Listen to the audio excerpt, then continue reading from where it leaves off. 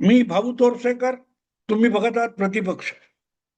मित्रांनो, हळूहळू करत अजितदादांच्या अपघाती मृत्यूला आता जवळजवळ 5 ते 6 आठवड्यांचा काळ उलटून गेलेला आहे.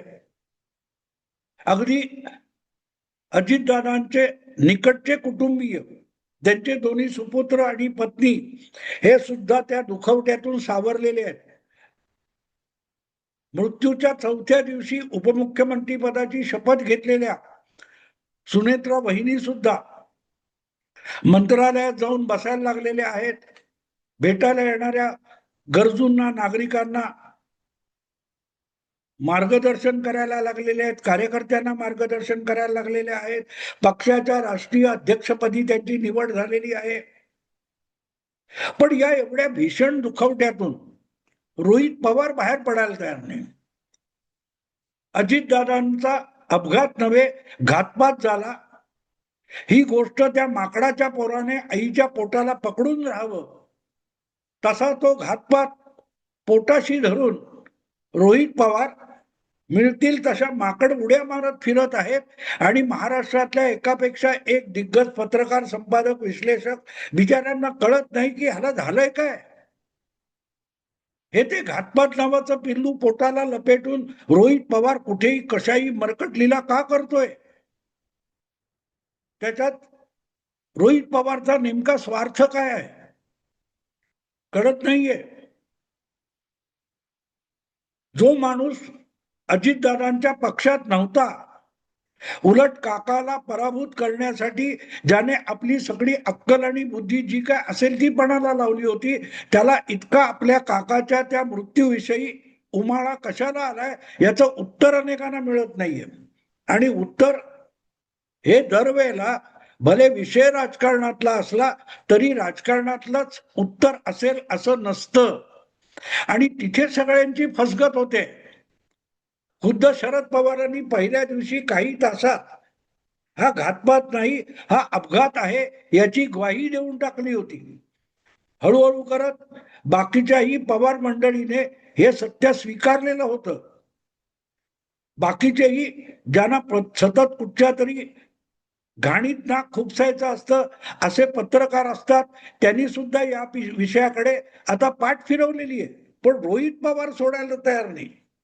म्हणून मी बोललो ना, ते मेलेलं पोर देखील पोटाशी लपेटून ती माकडी उड्या मारते, त्यापेक्षा रोहित पवारची अवस्था वेगळी नाहीये. आणि म्हणून सगळ्यांना अचंबा वाटतो की रोहितला झालंय काय.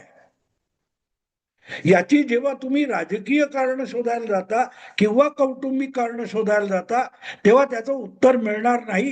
कारण हे एक व्यवहारी कारण आहे, व्यवहारी कारण आहे. आणि त्याचं कारण जर तुम्ही शीर्षक बघितलं असेल या विषयाचं, तर त्याच्यात तुम्हाला त्याचं उत्तर सापडेल. जो अदानी सारथी आहे त्याला पार्थ सारथी होणं आवडेल का, पचेल का, रुचेल का, असा प्रश्न विचारला गेला पाहिजे.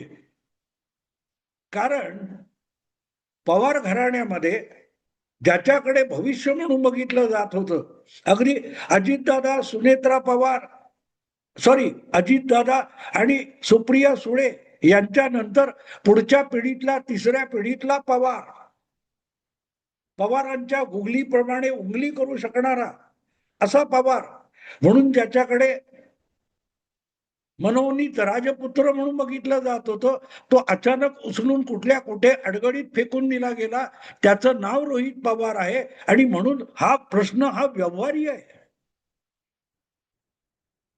रोहित पवारने पालखी उचलायची तर कोणाची, पार्थ पवारची. तुम्हाला आठवत असेल तर 2019च्या निवडणुकीमध्ये अजितदादा आणि सुनेत्रा वहिनी यांना असं वाटत होतं की आपल्या पुढच्या पिढीमध्ये आपला मुलगा पार्थ पवार याला राजकारणात आणला पाहिजे. आणि म्हणूनच शरद पवारांनी कधी काळी जी निवडणूक जिंकली होती त्या माढा मतदारसंघामध्ये पार्थ पवारला उमेदवारी दिली जावी ही अपेक्षा होती. पण तेव्हा अतिशय चतुराईने पवार साहेबांनी तो विषय फेटाळून लावला होता. पार्थ पवार पण उभा राहणार नाही आणि शरद पवार पण उभा राहणार नाही वगैरे वगैरे असं काय काय त्रांगडं बोलून शरद पवारांनी पार्थ पवारला तिकडची उमेदवारी नाकारलेली होती. आणि पार्थ पवारला पराभूत होण्यासाठी आणि खात्रीपूर्वक पराभूत होण्यासाठी मावळ मतदारसंघात उभं केलं. मावळ मतदारसंघ म्हणजे काय होता? 3 विधानसभा पुणे जिल्ह्यात आणि 3 विधानसभा रायगड जिल्ह्यात. म्हणजे जिथे खात्रीपूर्वक पवार प्रभावाने निवडणूक जिंकता येणार नाही, जिथे ऑलरेडी भाजपचा बालेकिल्ला आहे किंवा शिवसेनेचा बालेकिल्ला आहे, तिथे झपाट्याने आणि मोठ्या संख्येने मोठ्या फरकाने पार्थ पवार पराभूत होऊ शकतात, अशा ठिकाणी शरद पवारांनी पार्थ पवारला उमेदवारी दिली होती. याचा अर्थ सरळ होता की हा नावडता कवडीची किंमत नसलेला नातू आहे, हे शरद पवारांनी उमेदवारी देऊन दाखवलं होतं. आणि पार्थ पवार पराभूत झाल्याची खात्री झाल्यावर 2019च्या लोकसभा निवडणुका संपल्यावर आणि निकाल आल्यानंतर रोहित पवार हा आपला लाडका शरद पवारांनी बाहेर काढला होता आणि त्याला कर्जत जामखेड या विधानसभा मतदारसंघामध्ये बारामतीच्या लगत नेऊन उभं केलं. अगदी कर्जत बारामतीला तिकडे घेऊन जाऊन आपल्या पक्षाच्या कार्यकर्त्यांना रोहित पवारची इंट्रोडक्शन करून दिली होती पवारांनी. हे सगळं मी एवढ्यासाठी सांगतोय की रोहित पवार हा पवार साहेबांचा लाडका नातू होता आणि पार्थ पवार हा नावडता नातू होता. त्यांची नावड अनेकदा व्यक्त झालेली आहे, त्याचा सगळ्या आठवणी करून देण्याची गरज नाही. पण गंमत अशी झाली, अजितदादांच्या अपघाती आकस्मिक निधनामुळे अचानक त्यांच्या कुटुंबातल्या पुढल्या पिढीवर एक जबाबदारी येऊन पडली आणि पुढल्या काळामध्ये पार्थ पवार हा अजितदादांच्या जागी राष्ट्रवादी पक्षाचा राष्ट्रीय अध्यक्ष होणार, अशी एक चर्चा सुरू झाली. आधी ती चर्चा सुरू झाली आणि नंतर ज्या वेळेला पार्थची आई सुनेत्रा वहिनी या राज्याच्या उपमुख्यमंत्री झाल्या, तेव्हा दुसऱ्या जागेसाठी म्हणजेच राष्ट्रवादीच्या राष्ट्रीय अध्यक्षपदासाठी पवारच हवा, तर तो पार्थ पवार होऊ शकतो याची चर्चा सुरू झाली. तेव्हा रोहित पवारचं धावं दणाणलं.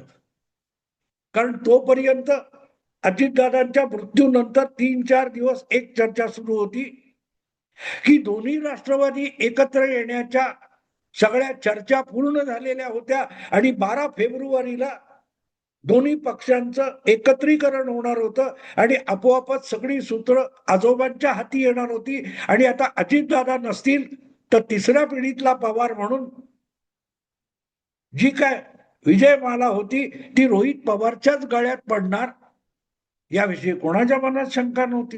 रोहित पवार हे महाराष्ट्राचे राज्यमंत्री सुद्धा होणार होते. जोपर्यंत या सगळ्या चर्चा चालू होत्या तोपर्यंत रोहित पवारला आपल्या काकाचा अपघात नव्हे घातपात झालाय असं स्वप्न सुद्धा पडलं नव्हतं.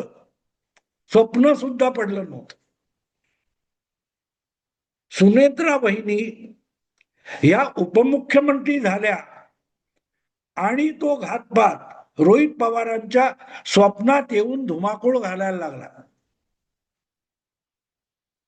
आणि आपण मनोनीत ठरलेले राजपुत्र असताना आपल्या जागी भलताच आपल्या पिढीतला एक पवार पुत्र हा मोक्याच्या जागी येऊन बसतो, हे दुखणं होतं. त्यातच गंमत अशी झाली, मग ठीक आहे शरद पवारांना अजितदादांच्या कोट्यातून राज्यसभेवर पाठवलं जाईल आणि 2 वर्षासाठी आईच्या रिक्त झालेल्या जागी पार्थ पवारला पाठवलं जाईल, ही पण चर्चा सुरू होती. ती पण बारगळली. कारण सुनेत्रा वहिनी राष्ट्रीय अध्यक्ष झाल्या आणि त्याच बैठकीमध्ये पार्थ पवारला तब्बल 6 वर्षासाठी राष्ट्रवादीच्या कोर्टातल्या राज्यसभेच्या जागी पाठवायचं ठरलं. आणि मग रोहित पवारचं डोकं ठणकलं तर नवल नव्हतं. नवल नव्हतं.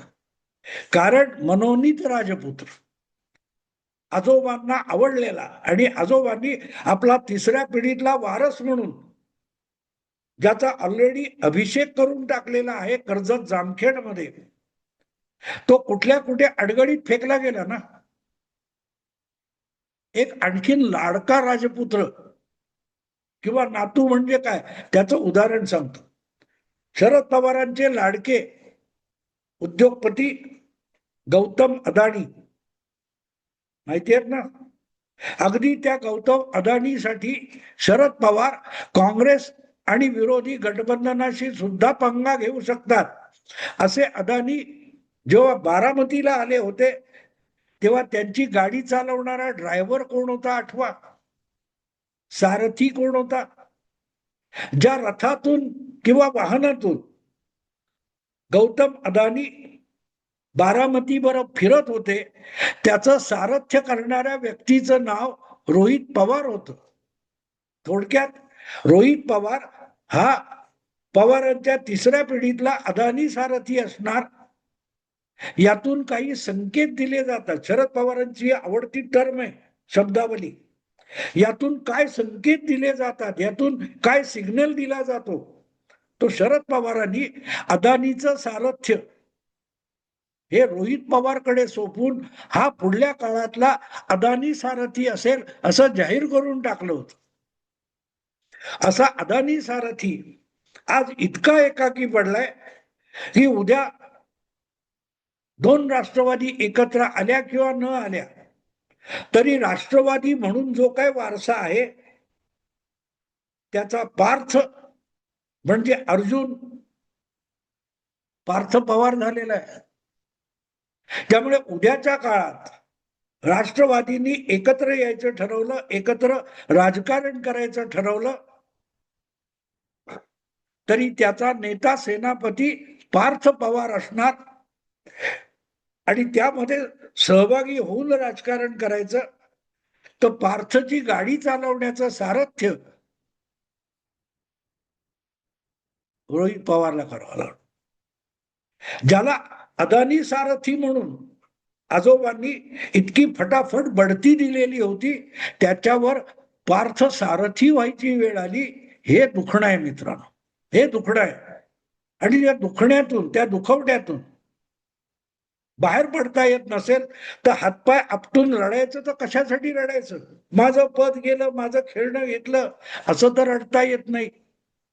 त्यामुळे मग अजितदादांचा अपघात हा घातपात आहे म्हणून हातपाय आपटत बसण्याची पाळी रोहित पवारवर आलेली आहे. कारण त्याला आपलं भविष्य साफ दिसतंय. एकदा आजोबांचा दबदबा राहिलेला नाही.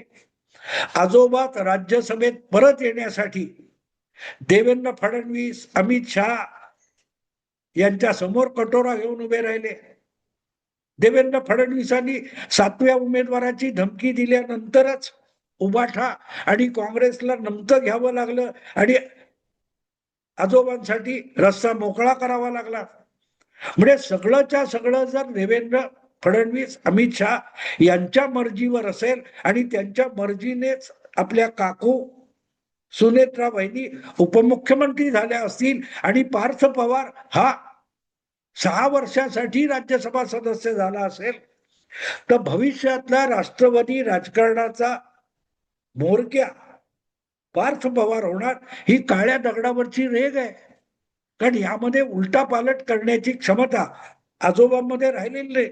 जोपर्यंत आजोबांचं नाणं चालत होतं आत्याच्या भाषेत 55 वर्ष झाली पण आपलं नाणं अजून बाजारात चालतं हे सुप्रियाताईंनी अनेकदा कौतुकाने ऐकवलेलं माहितीये ना. त्या आजोबांचं नाणं हे आता चालेनासं झालंय, चालेनासं झालंय. त्यांना नाणं चालवण्यासाठी अमित शहा आणि देवेंद्र फडणवीस यांच्या रिझर्व्ह बँकेत जायला लागतं. त्यांनी दमदाटी केली की काँग्रेस आणि उबाटा शिवसेना सुद्धा न चालणारं नाणं चालवून घेतात आणि शरद पवारांना राज्यसभेत पाठवतात. ही वस्तुस्थिती दिसल्यानंतर रोहित पवारचा धीर सुटला असेल तर बिचारा करेल काय? हा ठीक आहे, भविष्य बदलण्याची क्षमता रोहितमध्ये नसेल, आजोबांमध्ये नसेल, पण हातपाय आपटण्याची क्षमता तर त्याच्यामध्ये आहे. स्वेच्छेने हातपाय आपटणं, आदळआपट करणं रोहित करू शकतो ना. अदानीच्या सारथीला तुम्ही पार्थसारथी बनवता, किती घोर अन्याय आहे. मला अजूनही यावर आपल्याकडचे महान संपादक अग्रलेख का लिहित नाहीत हा प्रश्न पडलेला आहे. आणि म्हणून म्हटलं की आपण विषयाला सुरुवात करावी. हळूहळू आपल्याकडचे संपादक रोहित पवारच्या या रोहितवादी कहाण्यावर निबंध लिहायला लागतील ही अपेक्षा बाळगून थांबतो. आवडलं लाईक करा, शेअर करा आणि प्रतिपक्षाला सबस्क्राईब करा. नमस्कार.